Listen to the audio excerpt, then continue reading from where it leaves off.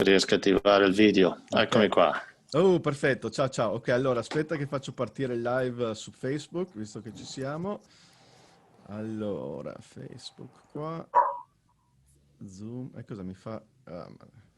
Zoom vuole che mi faccio il login. Oh no, che chiaramente l'ultima volta non dovevo farlo. WRX. Vediamo un po' se funziona. Ok. Ciao Mario, Ciao, buongiorno, buonasera. ciao, ciao, come stai? Ciao Portlander, benissimo, tu come Bene, stai? io bene. How are you? It's been so long. My God, I couldn't wait to see you. You're all tanned. Well, we're getting some good weather so far, so it wasn't the 30 Close last my door. week Yeah, Celsius, so Uh-huh. I'm not on camera. But Angela Zaccarella's here. Oh, really? Yeah, What is this? Eh, this is Festa Italiana. Oh, where Who are you? Who are you? Okay, well, I'll mute everybody in a little bit. For now, you guys are okay with chatting. Let me just Yeah. I just close that too much? Usually I go flat, but that's fine. fundraiser. Okay. And let me put it live on Facebook. Let's see if it works. Ooh, And we are live on Facebook. hello, buongiorno. Hi, Anna. Hi, Hey Frank. Frank, hi Anna. I'll talk in Italian. They are?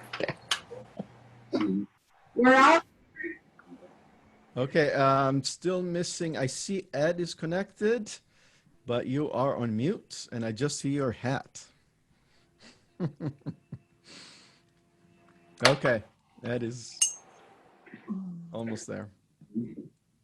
Sorry, I'm eating my Marco's breakfast. Oh my God. People wanted to see me doing that.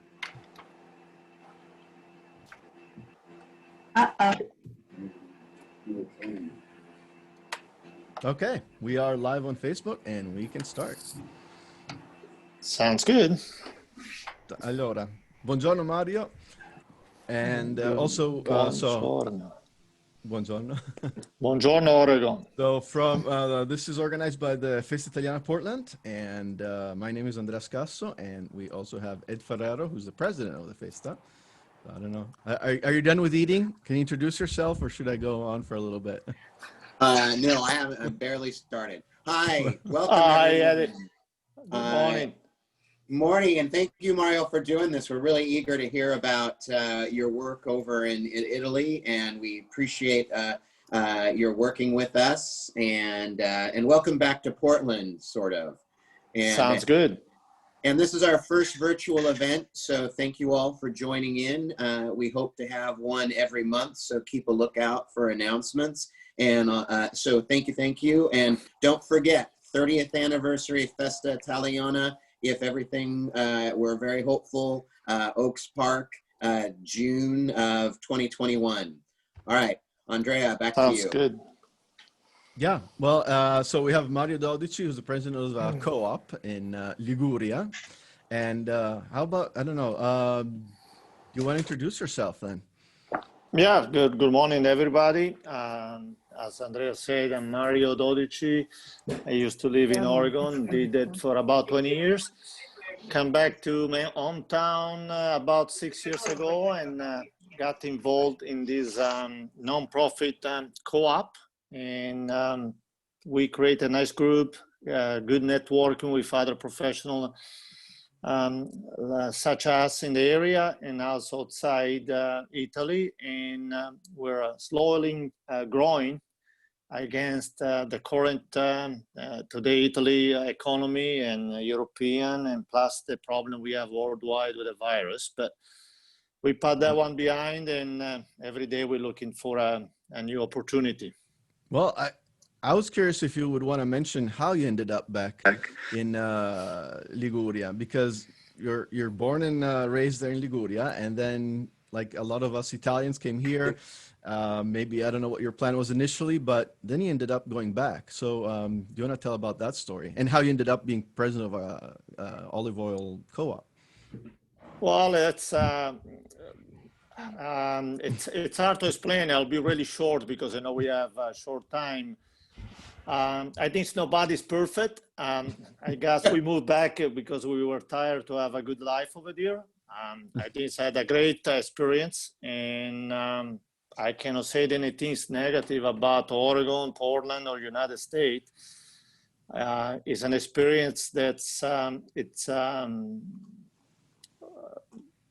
amazing. So I can't really find anything negative aside some of the rain, but that's not all. And so we decided to move back. We were at the age where we either do it or not do it. So we got this opportunity, and we were a little bit naive, but a little bit younger. We moved back. We thought maybe for a year. I didn't even unpack my suitcase totally because I thought that maybe 6 months and a year we'll probably eat back somewhere in the United States, but we like it. Of course, most of you know about Italy weather, diet, social life. Although everything is changing, it's still really important for Italian. And then my dad was one of the founders of the co-op in 2005, one of the 7 founders, and now we have 292 members. So it grew up quite a bit. And one of the 7 members asked me, well, why don't you come to one of the meetings? We need to have somebody looking over our book and, see we're doing something wrong. I went to the meeting, and it was time to said, okay, we need to have somebody else maybe taking over, step forward. Everybody stepped back. And so I was left here, and everybody said, yeah, you should be taking over. And that was about 2 weeks before harvest season, 2014. Luckily, it was the worst season of the century, even if I was only 14 years old, the century, because I didn't even know where the mill was. But good things, I put together a nice group of people on the board. I told them frankly that we won't make any money. We need just to do a lot of work. And I pay a lot of pizzas and drink a lot of beer and good wine. But we made it. Now it's about 6 years. We've been confirmed just 3 years ago. And the co-op has been growing up about 20 to 25% yearly. And we still have a long way to go. But, it's an interesting job. I like what I'm doing. I like to deal with people. I like to work outside. The weather is, it's definitely a big factor when you farm. So that's why I'm here now, but it's just all coincidence. Nothing was planned. As a pure Italian, full disorganized person. No, well, actually, talking about a little bit about the weather. And by the way, finally we had rain here in Portland. People are really happy about it. But there in Liguria, how is it the terrain that your co-op members are cultivating? The terrain there compared to other ones that would be more typical? Well, for the people that have been here, probably they don't need explanation, but Liguria is a tiny strip of land south of Piedmont, Lombardy, Emilia-Romagna, really narrow. In some areas, about 12 kilometers wide from a region to the Mediterranean Sea, to the Ligurian Sea. So really, really narrow. And it's really hilly. That's where the Apennine change starts from the French Alps and go all the way down to Sicily. So it's really steep. We have some range. They go from sea level to about 1,200 meters in a really short distance. I would say 99% of the terrain we have, it's all cultivated by terrace. Sorry to interrupt just a second, yeah, Mario. I did a share screen right now, and I put you on the map, so people can. So I centered it on Isola di Borgonovo. Correct. That's so people can get an idea where you are. So Genova is here. I don't know if you guys can all see my screen, but you can see Genova, and let's see. here is just to your right. There is Tuscany, and so yeah, it is a little bit because you're from Chiavari, right? I'm from Chiavari, but I live in Isola di Borgonovo, just a Yeah, right. miles from the mill, from the co-op. Okay, now I'm zooming in. So Chiavari is on the coast, not too far away from the very famous Portofino, and you're here in the mountains or hills. Yep. Yeah. Okay, so let's see what other question. Okay, so I was thinking of asking about the type of olives that you grow. Because one thing that you mentioned when we were talking earlier is how Italy has a huge diversity of types of olives and how you call the different types. And maybe you want to mention how, other countries are much more limited as far as diversity there. That's a really good point, a really good question, Andrea. Yes, at this point, we are number 3 worldwide oil producer behind Greece and Spain, far, far ahead of us. And a curiosity is the biodiversity that we have here. For example, being Spain number 1, they have 8 different types of cultivars in olive trees, olive growth. Italy has 384. So that 384. really highlight the diversity, not only from region to region, but from province to province, from city to city. The same olives they do really well here, they won't do so well, or they will not be able to survive about 20 miles from here or Turi. So that's why back then our ancestors created this biodiversity, and that's pretty much the same things with grapes and everything else that Italy is famous with. You look just at the wine list that we have in Italy compared to the other nation, and the same with oil. The same oil we produce in Genoa is different than one in Spezia. That's just bordering us about 30, 40 kilometers away. Yes, of course, we're not biased about, Italian and wine being the best or Italian olive oil being the best. Absolutely not. Absolutely. Good. Not. I'm glad that you confirmed that. No, I'm just saying we're talking about biodiversity. Right. I had somebody before me, a lot more famous, said I have a dream. My dream will be one day to walk in a store in United States, in Italy, in Europe, and go in an aisle where you can see the olive oil from all over the world in the same range and well labeled and well certified. Because right now, like the wine, there is a lot of unfitted and really badly made business around it. But that's it's all over. But definitely, all the olive oil is excellent if it's well done and well business practice. Okay. Well, I was going to ask you about this. So it sounds like now it's perfect time. First of all, what is extra virgin olive oil?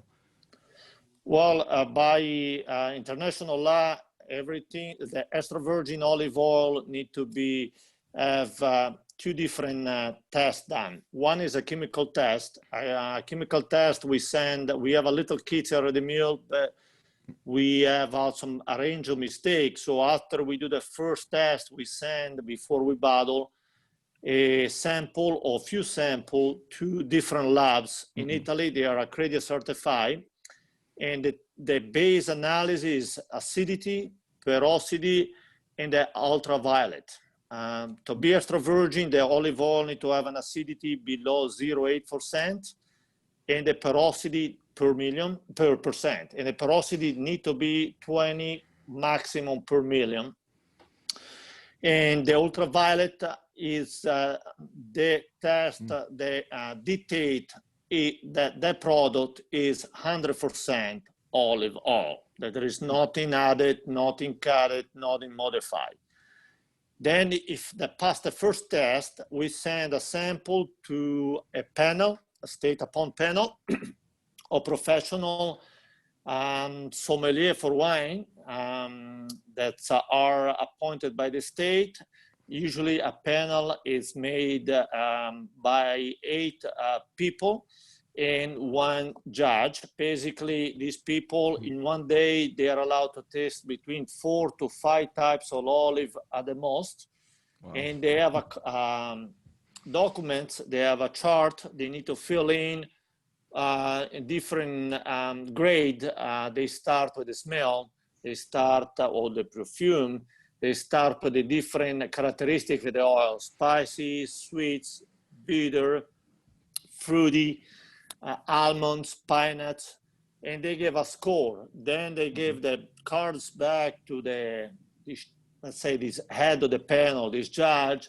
There is a program. The guy enter everything in this program, and if there is at least one or two of these people that tasted the oil and they have a 2-point deviation, the whole process is null, and they have to start from scratch. Okay. Can I just go back a second? So what would be the difference between, let's say, extra virgin olive oil, virgin olive oil, and just olive oil? I mean, what's like from 0 to 0.8% is extra virgin. From 0.81 to 0.2, it is a virgin oil. From 2-point acidity above is scalampante and is not for human consumption. No, so but the oil go back to the refinery to be right. Okay, that was what I was trying to talk about a little bit. The actual mechanical process. So the extra virgin olive oil is made it's a mechanical process versus some of the cheaper oils, like you say, the lamp oil, or I found a term called paper oil, is made with through a refinery. And exactly. Yeah. Go ahead, Andre. Yeah, no. So actually, I see you're at the office. Are you close to where the machinery is? Yeah, we'll walk outside. Let's go see see where the magic happens. I'll explain you a little bit. Yes, extra virgin oil we make as many meal like us is all done mechanically, and that's the way it need to be labeled as extra virgin olive oil. Now, if let's say I buy 200 tons of olives, I make the oil, and the oil doesn't come out to be extra virgin because the olives are too mature or they're not good. What I do, I send it back to a refinery, and they will, in Italy, the term is called olio deodorato. You won't find the description, the adjective on the label. The oil suddenly become, after process or raffination, become a extra virgin olive oil as ours. And when you go to a shop or to a store to buy it, the consumer will know the difference. But the only things will make the difference is the price. If it's too good to be true, it's probably not true. Keep in mind, it's olives yield about 12 to 15%. So every tons of olives, you make about 10 to 100 to 120 liters of oil, 150 if you like a good oil. So it can't be that cheap if you think about the price of olives and so on. But let's start a tour of I'll turn the camera toward the machinery so you guys can see a overview of the mill. And then if you're interested, we can go piece of equipment by piece of equipment. I can tell you what's happened in that part and so on. Let me see if you can see well. Yeah, so, and just to quick clarifying, this machinery is that people from the co-op have access to. So do they schedule it, take turns, or how does it work? That's work exactly in that way. We opening next Saturday for the season. We mill co-op member olive, but also standard customer. Standard customer pay a few euro more per tons. Basically, they call in, we have a schedule. We're able to work about 1.5 tons of olive per day. We see going through this mill in the busiest period about 80 to 100 customer with their olives. And in a total average season, we work about 500 to 600 tons of olives and produce about 70 to 80 tons of olive oil. So we'll start with equipment. Okay. You guys ready? Let's see. Let me see if you see well. Yeah. Okay. Let me clip your...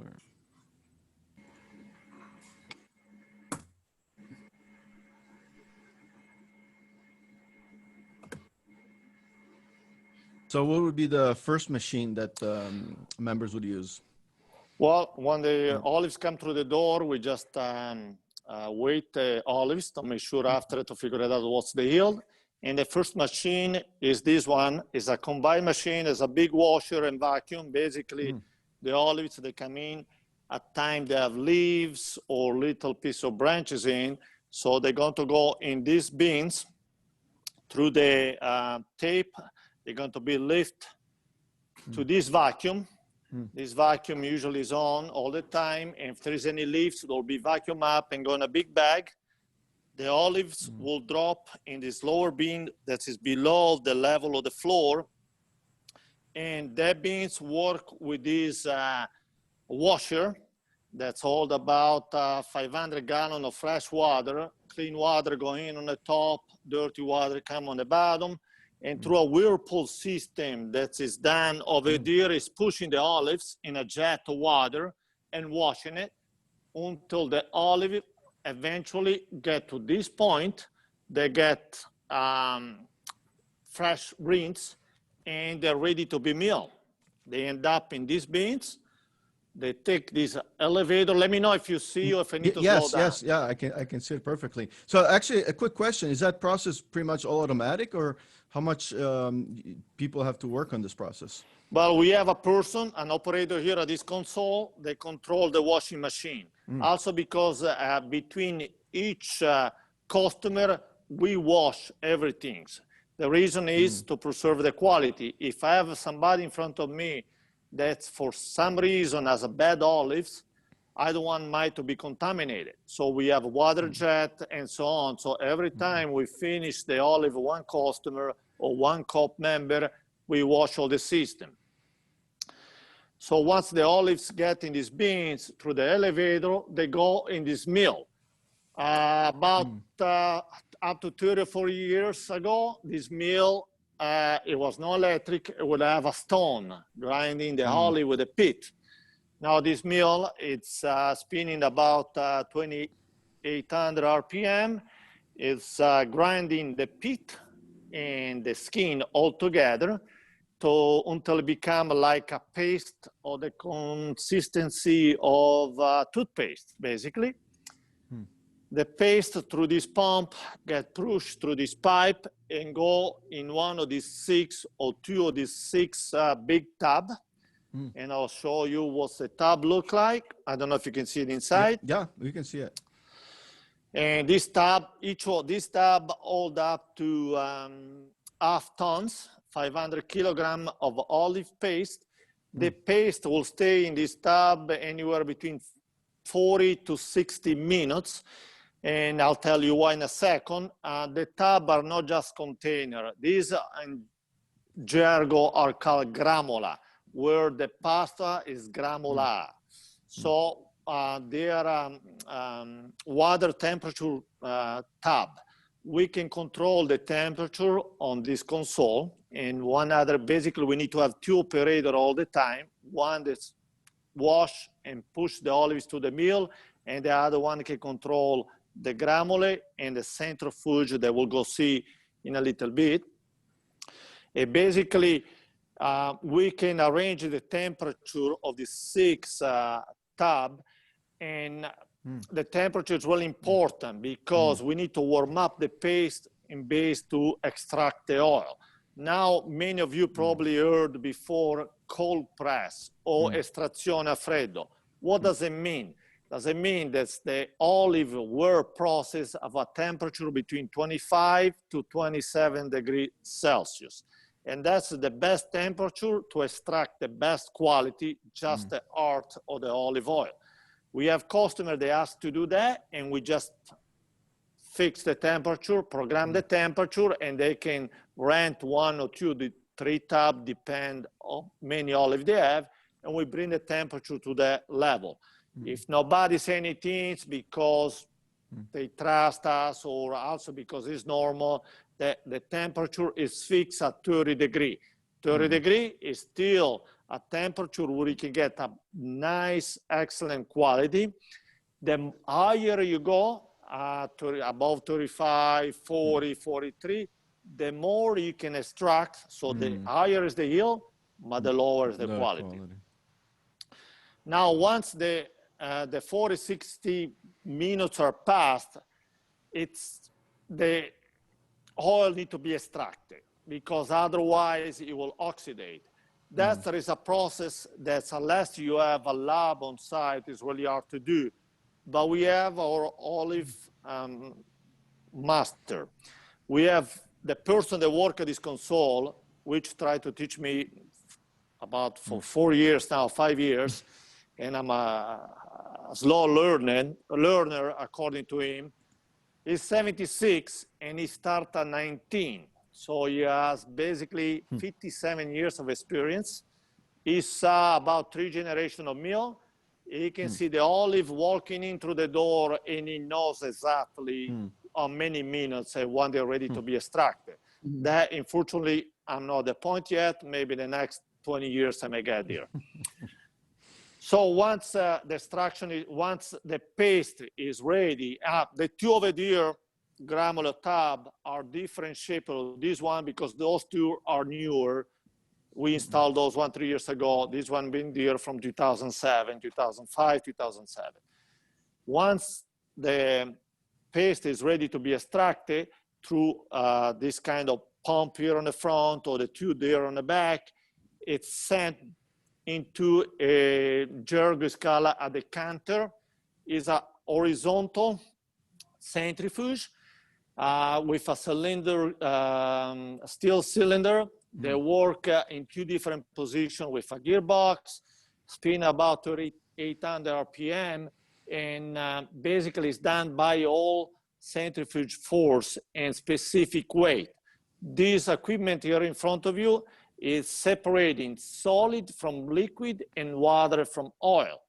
The solid will be the skin, the pulp exhausted because we extracted the oil, and the pit. They end up here. We have basically an endless screw. They take the stuff outside, they get recycled, and that will take away the pit, everything solid.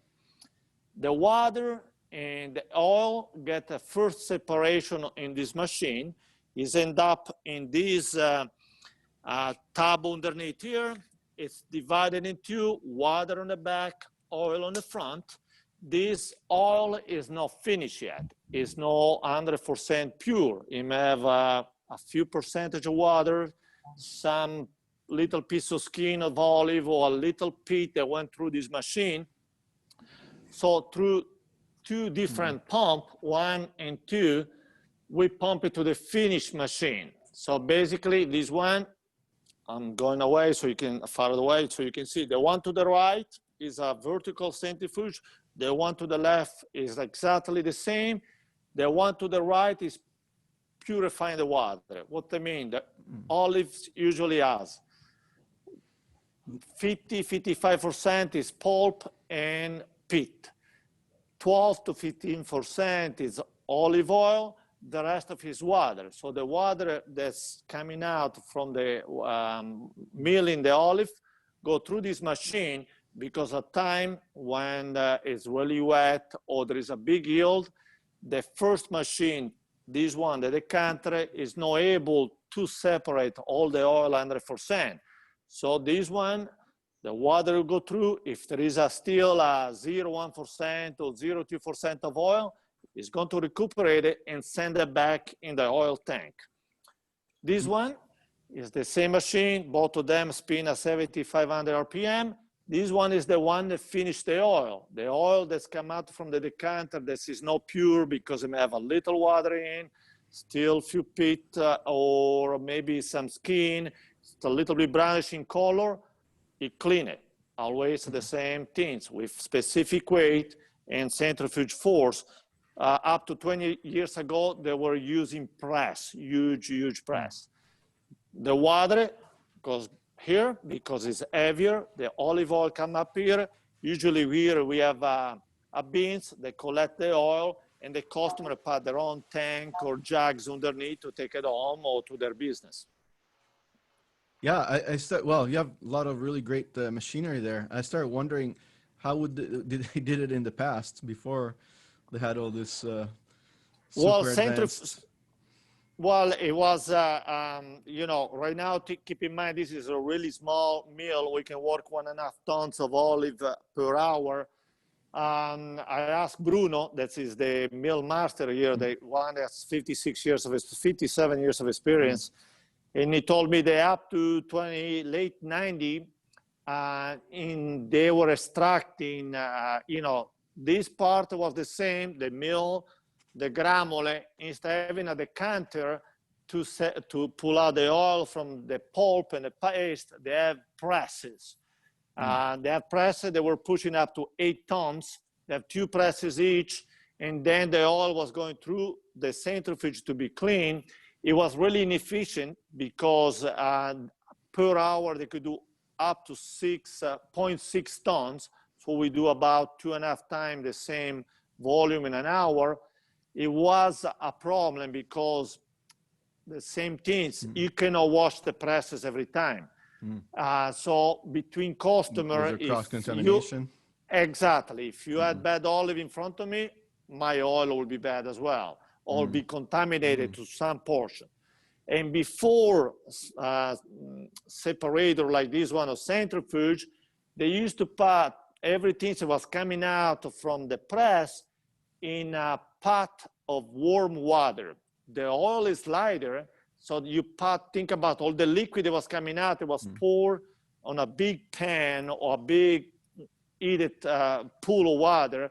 The oil was coming up, and then they were screening it, taking the part up, and then they were, you know, with a decantation system, so you can imagine what's going to be in the water. So the quality on that one is really romantic, like the system. The quality is definitely much better now.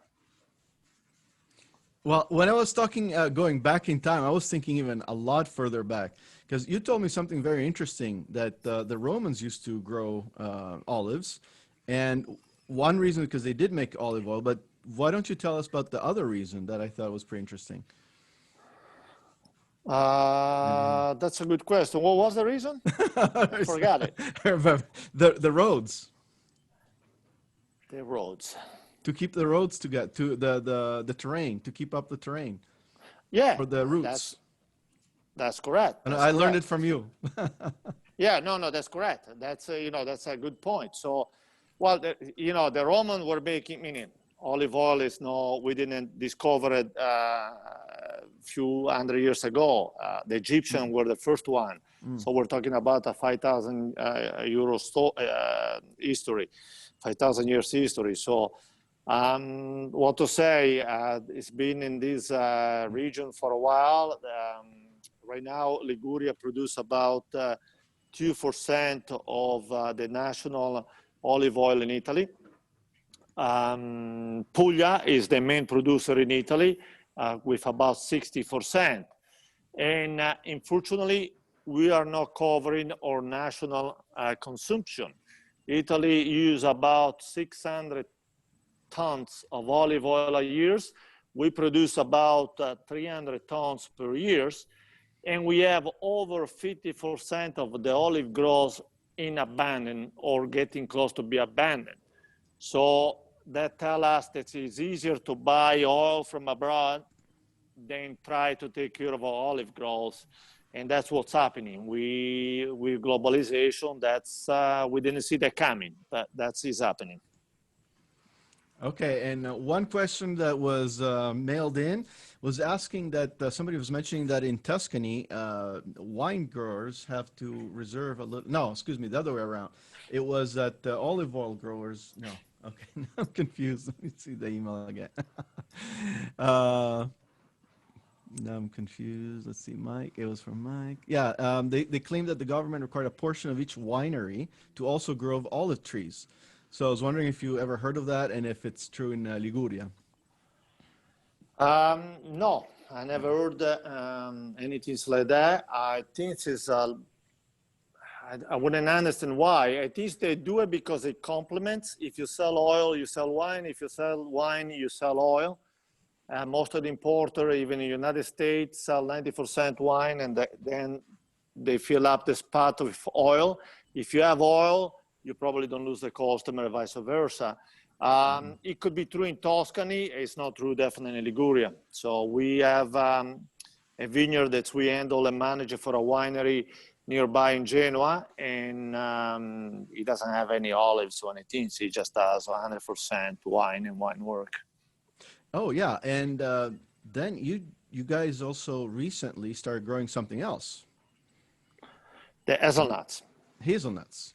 Yep. Yeah. So Hazelnut, how are they well, different yeah. from the ones in Oregon? Well, they're really different. Hazelnuts, actually, we just recently start to recuperate hazelnuts. Hazelnuts in this area, they go back longer than olives. The Economic Society of Chiavari has some register dated from the 1100 of business done with the brand Misto Chiavari hazelnuts. The hazelnuts collected in this valley, in the valley nearby, they were sent to Chiavari, where with vessels they were taken all over, and the main customer was France, in the court of France, king and so on. So up to the late 70s, we had a good business. It was a real microeconomy. Then toward the late 70s, early 80s, Turkish hazelnuts start to come in.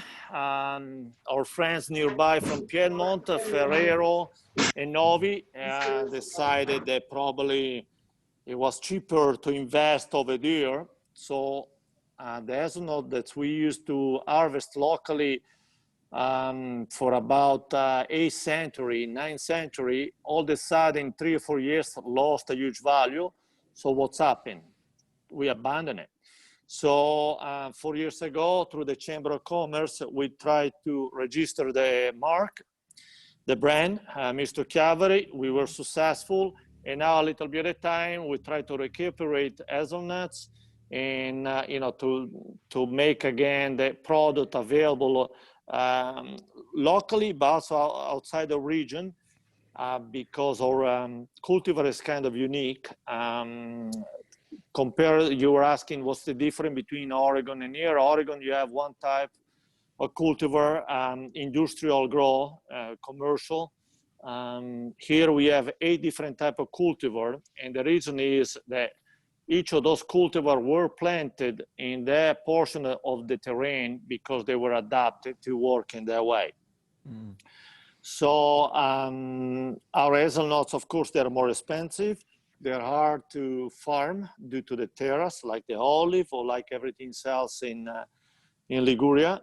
But the flavor, it's kind of unique. So we have people coming back to us, like 5-star chef or ice cream places that have been around for a couple hundred years, and when they find out that we have these hazelnuts, and I'll show you some of the products, they were happy. It's a long shot, and we did invest quite a bit of time and resources on it, but it's a good challenge, and we need to have challenge to stay awake here. Yeah, and maybe you can make a really good version of a Nutella with that, right? Yeah, definitely. Because I think you guys make some too, right? Yeah, and some got shipped to about 1,500 jars. Got just shipped to Seattle a couple of weeks ago. Oh. They're supposed to arrive by the end of September, and that's the version of Nutella we do. Oh, great! Yeah, I know that stuff. I had some from Bologna. That's like, just saying that's the same category of food with Nutella is almost sacrilegious, but I'm sure that one will be really good too. Well, I have some questions from the chat. Are different varieties of olives ever combined to make a different taste? Like, is it? Yes, of course. Oh, yeah, no, I'm curious if it's more like wine where, mono variety usually is highly regarded, or it's more like coffee where a lot of people prefer to mix different type of coffee beans. It's both. It depends what you want to do. I like the blend a lot, and blend can be done before milling or just blending the oil after mill. So the best blend for me is having a percentage of Olio from the south, because it's really a lot stronger, mixed with ours, you get a wonderful blend. The pure one, like the DOP and so on, or the GP, they're excellent as well. So you could do both. It just depends what you like the best. You know, you may like just a straight Nebbiolo, 100%, or you can like some things where you have like a Sassicaia where you have a blend of stuff in it. So just depends what you said two acronyms, and actually kind of leads me. I wanted to follow up a little bit on something you were talking earlier about what was your dream. So what does DOP means? DOP is d'origine protetta, and that's for the oil in Liguria. It's like AGP, Indicazione Geografica Protetta. Basically, we made few types of oil here at the mill. And one that we make is a DOP. So to make a DOP, basically, there is few things that need to come together. I need to have the olive grow, need to be certified DOP. So I'm asking the region through the Chamber of Commerce to come by, and they send a technician, they check the cultivar, and the cultivar need to be under a disciplinare. So they need to be under, if you want to do the DOP in our area is Riviera Ligure, Riviera di Levante. If I have Arbequina from Spain in the olive grove, they say, no, you cannot do that because that is not indigenous of the area. Mm-hmm. So the first step is certify the olive grove. Then we have the mill certified. A technician will come by and say, yes, you have the equipment to make DOP oil because you don't use chemical, you don't have a refinery. Then you need to have your stock room certified. That means that's where you put the DOP oil or DOP oil that need to be certified. You need to be a temperature control room, no light, no air. So we use nitrogen inside the tank, so there is no oxidation. Mm-hmm. So when we have these two pieces, we or the COP member or the customer is bringing in the olives, we're milling it, we take the olives oil, we test it here, first things, we test it organoleptically and also chemically with our kit. If it's good, we put in one of these tanks with the denomination atto a diventare DOP, waiting to be certified. When the season is over, I'm communicating to the Chamber of Commerce through the region that we're done and we like to have our oil certified. Again, they send a technician, they take 5 samples, they leave one for us to double check or control in case there is some things. 2 get sent to a national lab certified for chemical test, and 2 are sent to 2 different professional organoleptic panel, like the one I told you before, 8 people and so on. So the lab are doing their test and pulling the result. You have 2 labs doing 2 tests, and they need to be uniform, or the deviation need to be really small, otherwise it got to be redone. And the same with the panel. If there is more than 2 points of deviation, it needs to be redone. Once they finish within 15 days, they give you a certificate of DOP. At that point, we have up to 1 year to bottle the oil, and the best before date, or let's say the expiration days, cannot be longer of 18 months just because they need to preserve the quality. The DOP oil is different than extravergine because the restriction on the acidity and porosity is quite a bit lower. If you're above 0.5%, you cannot call it DOP. It will never be certified. And if the porosity are above 18%, 18 points in a million, there won't be no DOP. We did a few years where we did pretty good. 3 years ago, I'll show it to you, we went second prize. Oh, great. With this Congratulations. one. Yeah, on the West Liguria, and first one in the province of Genoa. And these years we won first prize. And on the olive grove, the certified DOP, and we may start the harvesting this one in Lavagna probably next week. And so far, we have everything to make a decent oil. Now it's just up to the weather, and also a little bit up to us. Yeah, so, well, it sounds like finding the DOP label on an oil is a fairly good indication that you're getting a quality product, at least in Italy. Because I know there's even a special police part of the Carabinieri that does just check stuff like that and other forces. So, but what about in the States? If I'm a consumer walking into a store here, if I see something Italian oil DOP, is it pretty much guaranteed that would be the same quality? Well, if there is a DOP, you have a government checking on it. Of course, I can print a bunch of DOP labels. If I send you United States and nobody catch it, that's it. I'm making peanut oil and a pot DOP or extra virgin olive oil.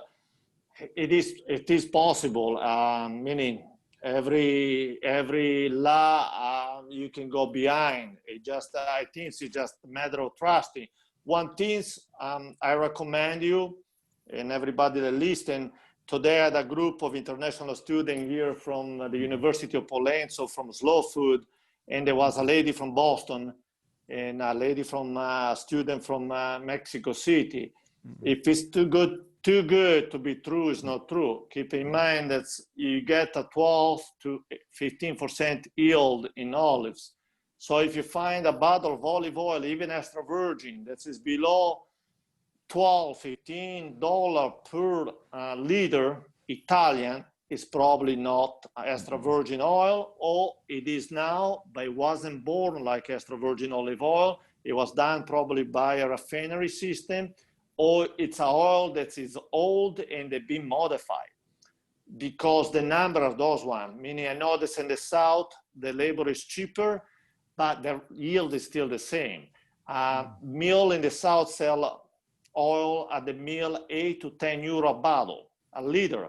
So how can you buy in the United States a liter through, I'm saying, J. Joe's? I used to buy at Costco for 6, 7 euro, meaning, come on. I would buy, if it was true, I would close the mill and just buy directly the oil. Right. Okay, I have a lot of questions in the chat, so let's see if we can. How many days a year do you run the machines, and how many bottle pounds of olives how many pounds of olives does it take to make one? That's two excellent questions. And I want to just open a parenthesis. I won't take any question from any lawyer now that I expose myself. So if you have any lawyer, attorney, no, just kidding. I don't want to be sued. I have enough problem. I don't want to be sued on what I'm saying, because sometimes I talk without holding up. I'm typing up the lawsuit right now, but don't worry. Thank you, Ed. I know about it. We're open next Saturday, and we'll be slow for the first week or two, and all depending on the weather. We'll hit our peak by end of October through November. We'll still work to December. So 24/7 will probably work 6 to 8 weeks. This year is a good season, so there is a lot of fruits, and hopefully the weather will let us harvest all of it. In a good season, we work, let's say, from early October to February. Of course, the beginning, the ends, you don't work 24/7 and not even every day. During those 6 to 8 weeks peaks, we do 22, 23 hours a day of work, because we need at least an hour, 2 hours a day in maintenance, cleaning, machinery stop working. So, we have always something like that. To make a liter of oils, depending how many pounds of olive do you need. It depends which type of olive, which type of cultivar, and how mature they are. The more mature they are, the more they yield, but the higher is going to be the acidity. The greener they are, the less they yield, but the better is the oil, especially on the long run. So I will say that at this point, with 12 to 15, you need 12 to 15 pounds of olive to make a decent liters of olive oil. For 1 liter? For 1 liter. 15 pounds for 1 liter, wow. 12 to 15 pounds, yeah. Okay, and a question about if you could address the different variety of olives from the different Mediterranean countries. How do they differ from the Italian ones? Well, mainly are the cultivar and the climate. Like I say, Italy, it's been a peninsula in the Mediterranean. The diversity is it's amazing. It's beautiful, difficult, but it's some things unique. Right now, we have a lot of oil, of course, coming from Spain. Spain is a lot more industrial. I don't know if somebody of you been on the south, couple hundred kilometers north of Barcelona, on the Lleida province. You will drive through olive grove. They're about 20, 30 kilometers long. They have olive mill. They can process about 150 tons of olive per day. Think about it. We do about 500 to 600 per season. So it's totally different. Their oil, the main cultivar in Spain is Arbequina. I believe they planted some in Oregon. I know when they left, there was somebody planting it. They have some in California. It's an excellent olive and an excellent tree, really resistant to cold temperature. Our tree will die before those one if we get ice storm and something like that. It does have a huge yield. The oil is good, a little bit flat, but it is excellent. Extra virgin olive oil from Arbequina is good. Greece has a decent variety as well, a little bit different. I tried some oil from Morocco, and I have to say it is good. If it's well done, it is good. The diversity is just, if you taste our oil here and you go in Savona or Spezia, they are the other province of Genoa, about 40 kilometers away, the oil is going to be different. It just depends how closer you are to the Mediterranean Sea, how up in the hills you are, and which type of cultivar are you harvesting or farming. Okay, well, actually, before I go to the next question, since I see your shop there in the background, I'm going to post a link where you can buy it here in Portland. You can purchase your oil, a little plug here, and then I'll have Ed do some more plugs for the raffle and auction. But let's see, another question. Why are some oils very peppery? Is it only the olives that give it that taste, or is pepper added? Well, no, if it's pepper added, that means that is a flavor oil. We do a chili pepper flavor oil, and we add 1% of extract from chili pepper, but it's a spicy oil. If the oil is really peppery, that means that it's a green oil that needs to be maturing. It's a lot of people, they think one is a little bit peppery in their throat, that is, the acidity is not good. Actually, it's the contrary. The more it burns, especially if it's a young wine, the better the oil is. Of course, an oil like that, people that like it, no matter what, we recommend to keep it in the tank or in the storage area until the next spring, because then with the heat, the oil will mature and will become more amabile, easier to consume. But the specific oil, if it's burning or pizzica a little bit on your throat, that means that it's probably a really good made oil. Okay, question about, you mentioned that you recycle the skins and pits. Do you use them for compost? Well, yeah, once the skin and pit go outside, we have a machine where the skin and the pit go by, and we, selected or divided, and we reuse the pit. It's being sold for fuel. People that have greenhouses, condominiums, apartments, hotels. There is a school, there is a hospital nearby. They have eating system. They can use corn as on shelf. They can reuse the pit. So that's a good market. And the skin, we send it to a farm where they're going to make fertilizer and feeds. So nothing gets wasted. Angela, vuoi chiedere tu la domanda, Mario? Okay, I'll mute Angela. She had a question. Let her ask her. Mario, I just really learned so much. Thank you so much for everything and what your explanation about the olives, the pits and the skins. I remember there was Olio di Sansa Do you know that, or is something that they did in Sicily, which I thought is maybe a thing from the past, so that's a very lower quality oil, which is made out of pits and skins. I don't know if it's still done. I haven't seen it on the shelves, but do you know about it? What is that? Olio di Sanza, we called it. Well, I'm glad it's you. Ciao, Angela. You're looking great as usual. Anyhow, that's one argument that nobody want to talk about it. Oh, really? We in Italy, Italy closed all the Olio di Sanza refinery. Let's see how oil is made of Sanza. So basically, we extract the pit. We use most of it to do fertilizer and feeds. Whatever is left is piled up in big warehouses and let it ferment it for weeks and months. Then it's going to be sent through a distillery system that is still able chemically to extract about 3% of oil that become olio di Sanza. The main ingredient is triellina. I don't know now how to translate triellina in English, but Italy, yeah, I don't know, Andrea, maybe you can help me. I'm searching it. I have no idea what it is in English. Okay, but it's definitely, it's not something that you drink every morning to feel better.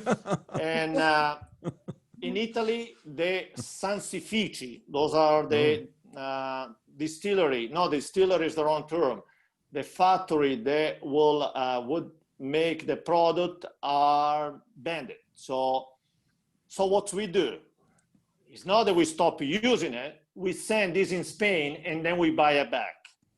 And that really is a sore because a bunch of pizza places, they don't use olive oil. They don't even use standard olive oil because you don't want to use extra virgin, use olive oil. They use olio di Sanza. So what we do after all this movement, we ship the pit, or if somebody leave the pit, or the Sanza that is left, there is nothing left in Spain, and they ship it to this facility that are huge. They are basically, they are not distillery, what's the right term? Where chemically you extract product, refinery, and they sell it back to us. And the oil you won't find anymore in supermarket because people, they cannot sell anymore privately, but they send it to all the restaurant, to all the pizza place, to everybody that commercially has a partita IVA or business idea and can buy it. Actually, they stop even at olive oil mills because we had truck here that stop by with maybe 8 or 9 tons of the oil in a tons tank, asking if we want to buy it. And when they said once, what should they buy for? We do olive oil. So you can cut your oil. So basically, I can double the quantity of oil I have, mixing up this quote unquote great oil with decent oil. So that's unfortunately, that's the way it is with Olio di Sanza. Wow. Thank you, Mario. You're welcome. One question was, there was an olive blight in the south that required many olive trees to be destroyed. What was the result of that? I'm not sure. Well, there is a parasite that is called Xylella. It's especially in Puglia, and is affecting at this point only the specific type of cultivar. It is huge. There is scientists from all over Europe, universities starting to see how they can stop. It's not a parasite that was indigenous to Italy, but again, with globalization, we get a bunch of bugs and really fast. And the only way you can stop when you have an olive grove that is infested is do a fire cut. Basically, they cut maybe 50 meters of olives and burn it all the rest of inside. So stop hoping that the parasite didn't contaminate the other area. At this point, we have hundreds and hundreds of acres that have been burned. And keep in mind that those trees date back about 1,000 years. Some of the trees are between 500 to 1,000 years old. So it's I would say sad is the least I could say to see something like that.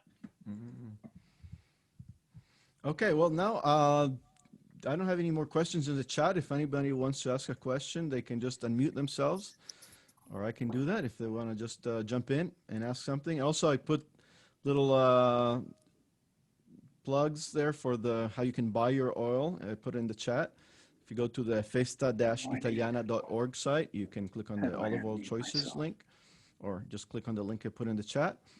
So let's see. Anybody else with a question? Mario, Oh, Sergio, buongiorno. Sergio. buongiorno. I have a question. Buongiorno, Vancouver. Sai diventare ricco allora? Sfondato, più che altro sfondato. Vabbè, spero di vederci presto. E qua iniziamo raccolto, Sergio. We need to harvest, we need help for young people like you. Vabbè, parto domani allora. Okay, I'll pick you up. I have a question. Yeah. And I'm not sure if you had already covered this. Does olive oil like improve the older it gets the same way that wine does? Or does that even like factor in? Well, it depends how you preserve it, how you keep it. And the same, I don't know if I said it before or maybe to the group I had before. Olive oil making date back 5,000 years. They find some olive oil in some of the tomb and crypt in Egypt, and we're talking about already years ago. The acidity, it was still extra virgin olive oil. Of course, the flavor changed. They changed the olive oil is the storage. Olive oil need to keep between 12 to 18 degrees Celsius, away from heat, away from light. Seal, no air. If you open a bottle and you leave it there for a few months, it will be still an extra virgin, but the porosity will change with the oxidation.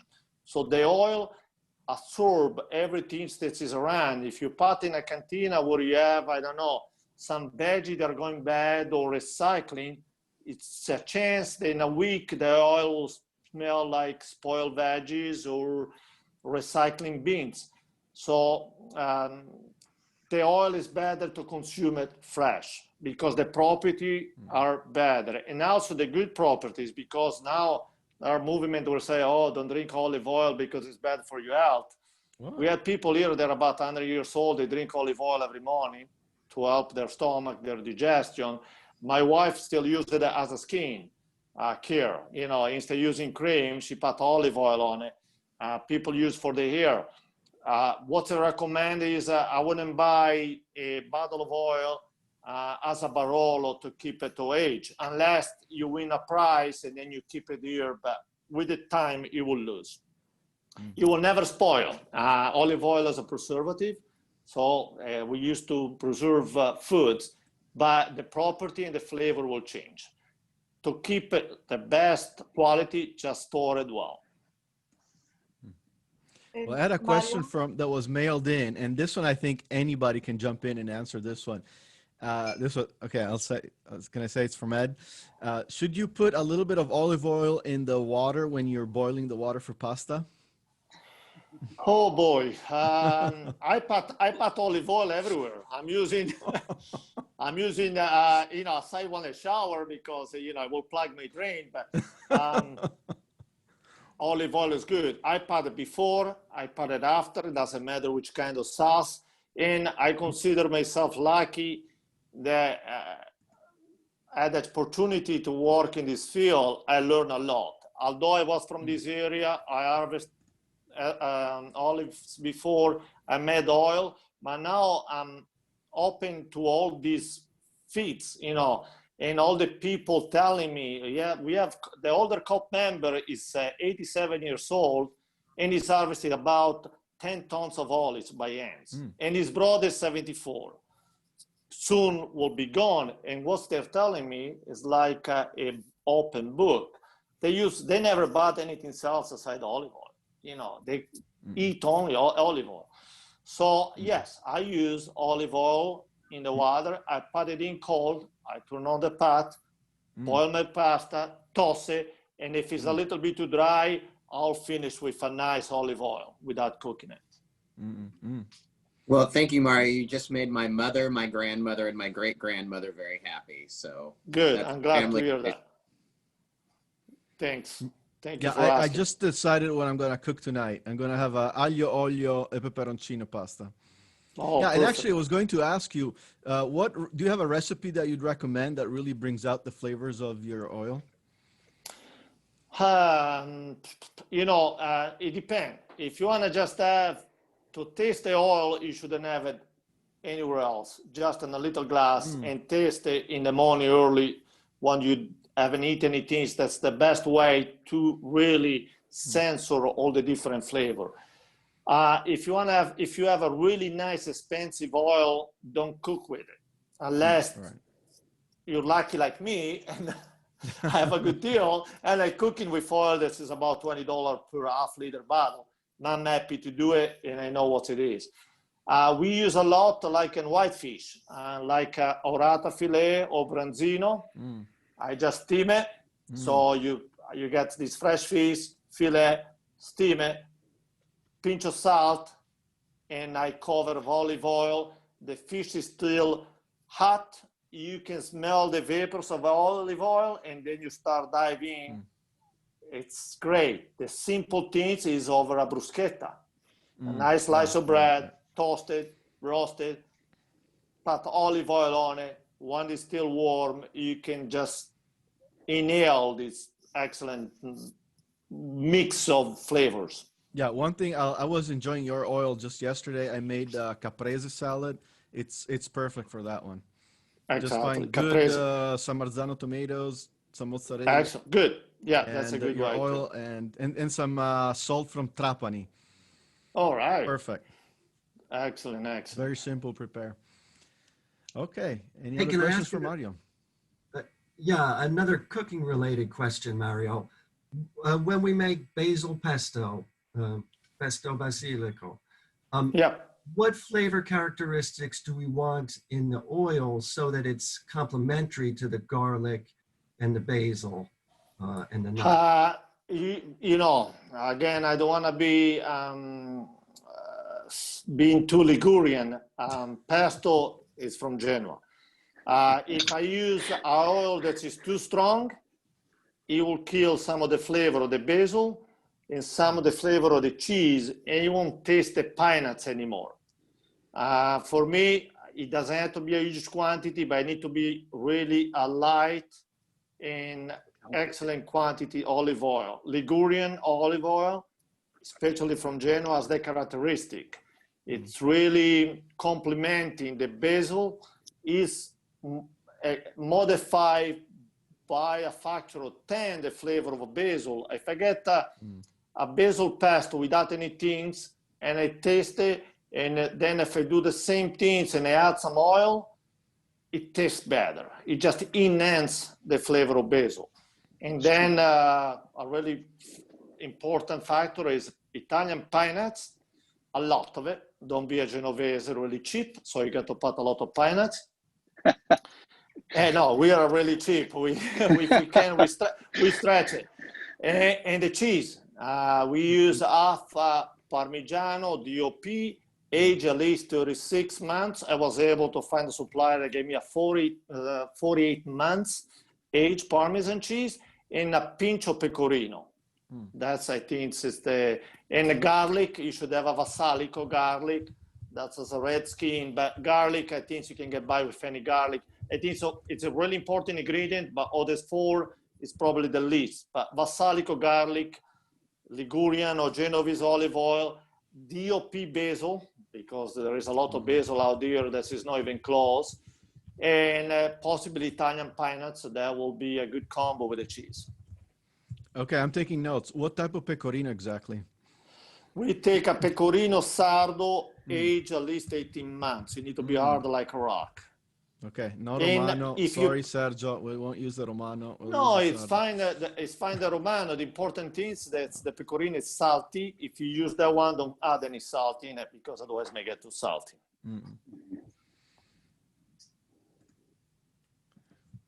Okay. Mario, una domanda veloce. I'm sorry, English. So the olive oil it's good to store it in dark glass bottles, right? Not light. Correct. Because we're protecting from the light. Yeah. Yeah. Or if you have a light bottle, just put a towel on it so it will stay. You won't take any sunlight, or not even light. Standard house light will change a little bit. Now, if you open a bottle, leave in your table, and you finish a bottle a week, it's no problem. If you leave a bottle here for 6 months, it will change a little bit the flavor. Yeah. It's not that you got to throw it away. You just lose a little bit. Yeah.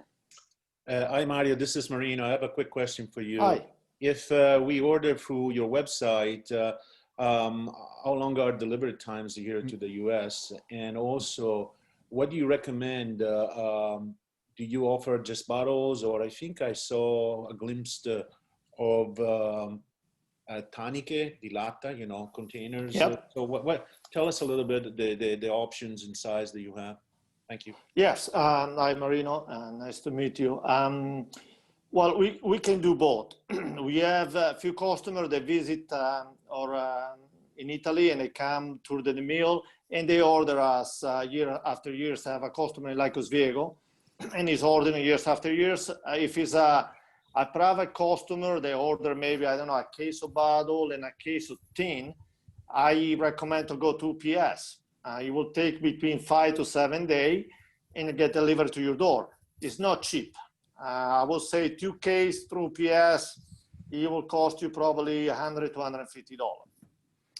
$150. Commercially, if you have a group of people, say, oh, I have my neighbor, I have my son, we can put together a small pallet. We can send it through temperature control containers on ships. I can organize anywhere from door to door. And basically, we piggyback in a container, a groupage container is leaving from Livorno, getting to New York, travel to your destination in temperature control truck, and deliver to your door. That one definitely lowered the price quite a bit. We're talking about probably $25 to $30 per case. The bigger is the order, the cheaper it is to ship. If you want to buy locally, now we have Ransom Wine and Spirit in Sheridan. In Portland, there is also the Festa Italiana.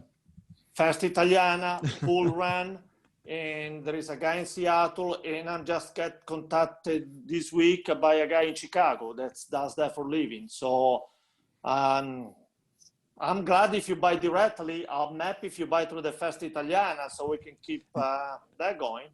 Yes, because, okay, so Ed, do you want to mention the promotions now, like how to get the oil through the Festa site? Yes, so we actually have olive oil, and thank you, Mario, for all your help on this. But we have a link at our website, and Anna and Frank, who are here with us today, they are taking orders for the olive oil. So we actually have it here in Portland, ready for pickup and with some limited delivery. So if you're interested in some of Mario's olive oil, one great way to get it is through the Festa Italiana website, and we get a portion of that, so that helps out the Festa. So thank you, Mario. Also, I wanted to mention that right now, if you want to support the Festa Italiana, we do have an auction item with 2 auction items. And one is an olive oil basket that looks really great.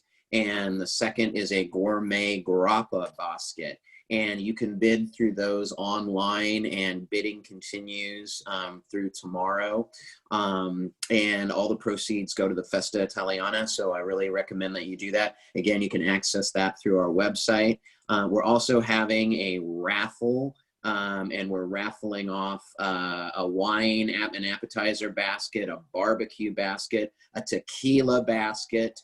That one I may steal for myself unless somebody talks me out of it, and because that one looks really fun too. So right now you can buy through our website raffle tickets for that. $10 for 10 tickets. And that's going on right now, so hopefully you will do that. Also, a real quick reminder that on October 31st, we're scheduling our second virtual event, And so that's October 31st, Halloween, and it will be at 7 p.m. And we're going to have a speaker, Professor Joseph Cavalli from PSU, and he's going to talk about U.S. Immigration from Italy to the U.S., in particular to the Pacific Northwest.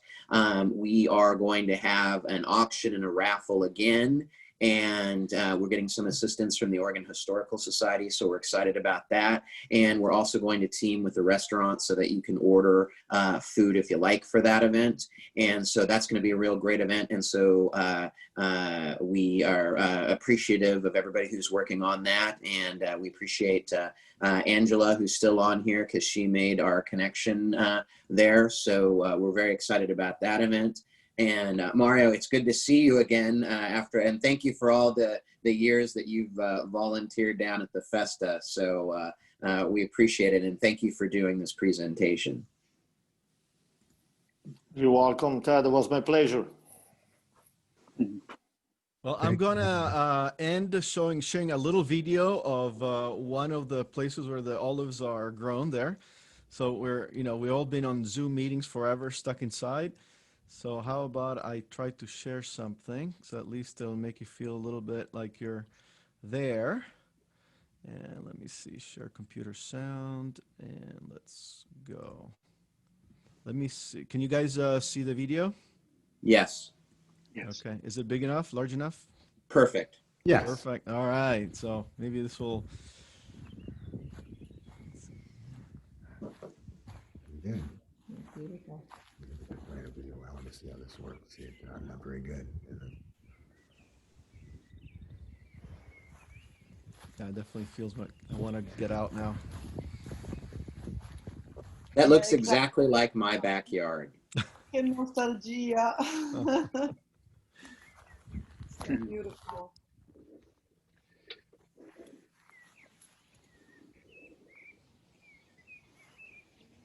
Mario, when do you organize un campo di lavoro for all of us so we can come and gather olives? You know, believe it or not, we can't find enough people. Even this morning, try to call people. We have people coming, stay anywhere from 2.5 hours to 6 hours to a day, and then you never see them back. And maybe I thought it's me. They say, oh, it's your fault. But we've been working right now to get ready for the harvest about 6.5 days a week. And our days are already 12 hours a day. It's a good harvest season, and it would be nice to have a group of people from outside. The group that come today from the University of Polenzo, they want to stay, but they have their schedule. You know, they didn't want to leave. And I took them in the olive grove, and they fell in love. They took about 1,000 photos of that. Every flower, every fly that was going by, it was amazing for them. So it just, unfortunately, you know, Sergio came a few times to help. You should organize with Sergio, you know. You guys will be welcome. Yeah, we have to organize it and do a little You group know, and come and I'll help you out with harvest. what we did, because you guys are, you know, getting maybe a little bit up with the age, aside you, of course, Angela. We had a motto. We have a motto with Sergio, say, you know, you work 4 hours a day and you can stay, you know. And then we went up to 6 hours a day because the eating and drinking, it wasn't compensated for the work. So, but anyhow, 4 hours a day will be more than happy. That's great. I don't know how this Zoom works. Can people hear me? Yes. No. Yes. Oh, because I've been wanting to ask questions, but I didn't. I'm on my cell phone because it doesn't work on my computer. It works great. May I ask just a couple very quick questions? This is Matteo. Sure. I was wondering, what is the advantage or the disadvantage of using a stone grinding wheel? And the other question I had is, what is the difference between cold pressed and first cold pressed? I understand that definition has been changed in the last 10 years. Well, the first question, the stone grinding wheel, it's beautiful. It's really romantic, but it's okay if I do my, meaning the stone wheel, back to 60, 70 years ago, each family in the basement had their own mill. So Yeah. I'm milling only my olives. So the quality is going to be only what I'm making.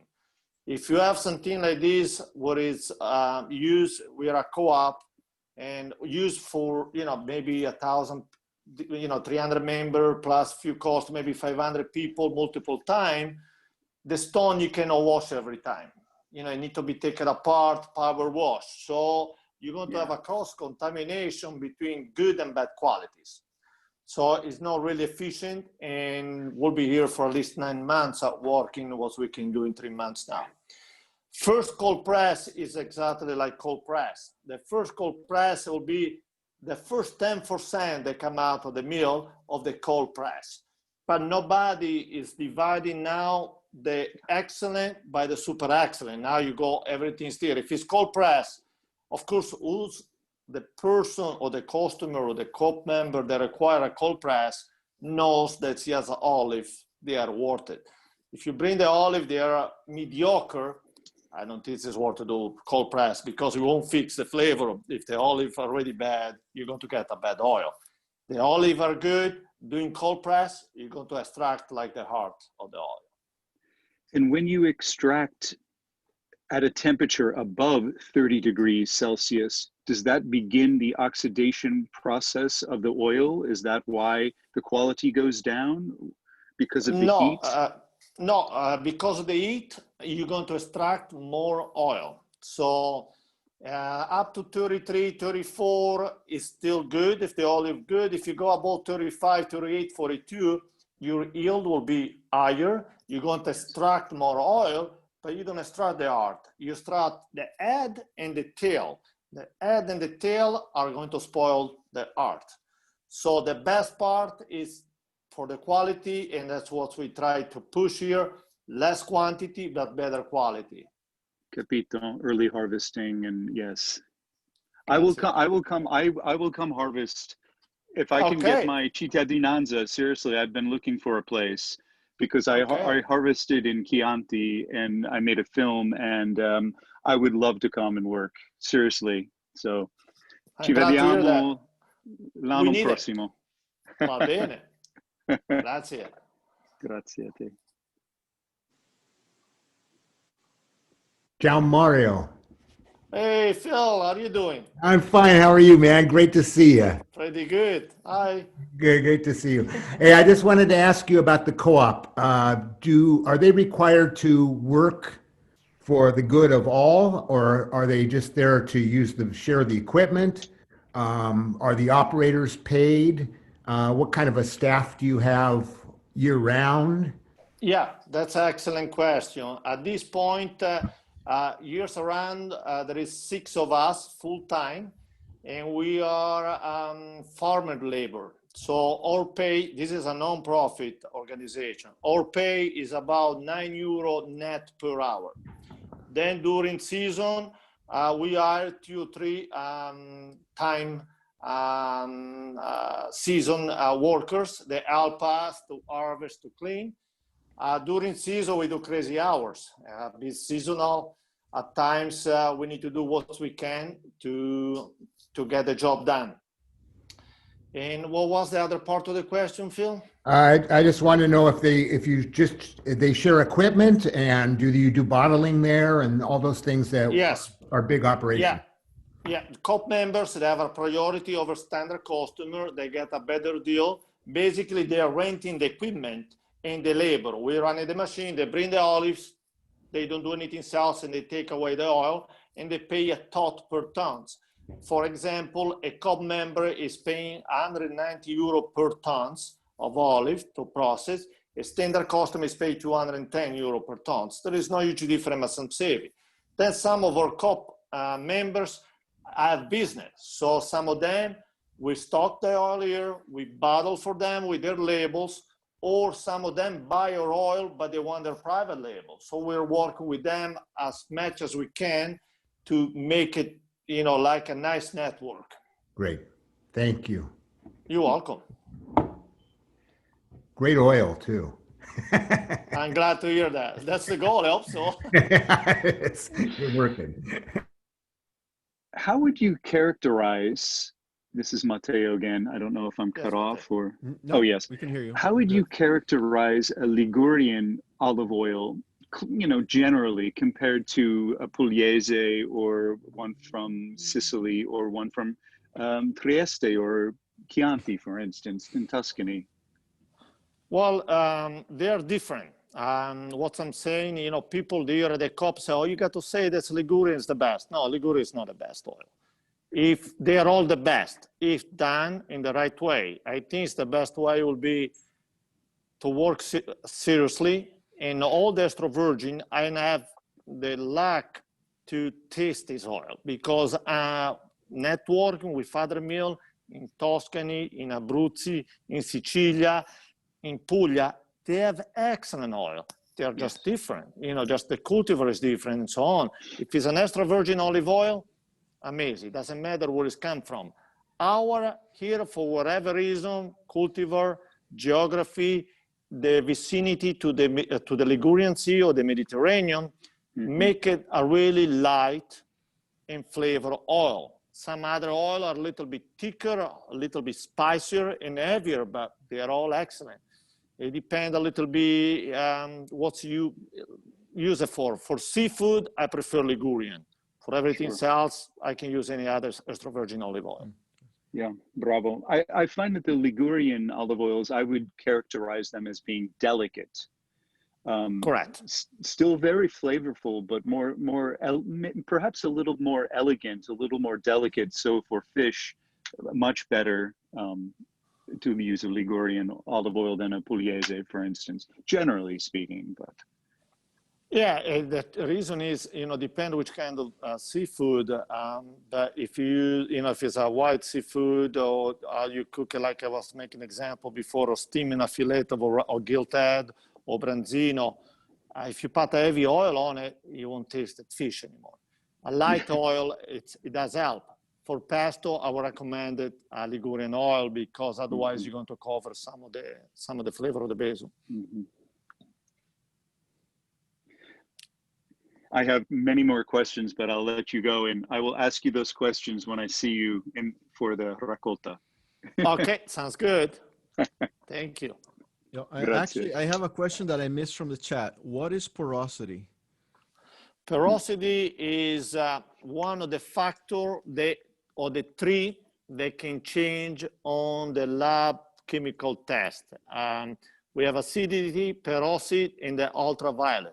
Acidity will never change 1,000 years from now. The ultraviolet will not change unless you add or cut the oil with something. The porosity can rise due to the oxidation. So based on the light, direct light contact. So if you go above 20 parts per million, you won't be extra virgin anymore. The oil will start absorbing whatever. If they go up, they mean this is exposed to air, and whatever is in the air is going to end up in the oil, like flavor or smell. If you have a stinky basement, you leave a bottle of oil there in a week open, in a week you'll have a stinky oil.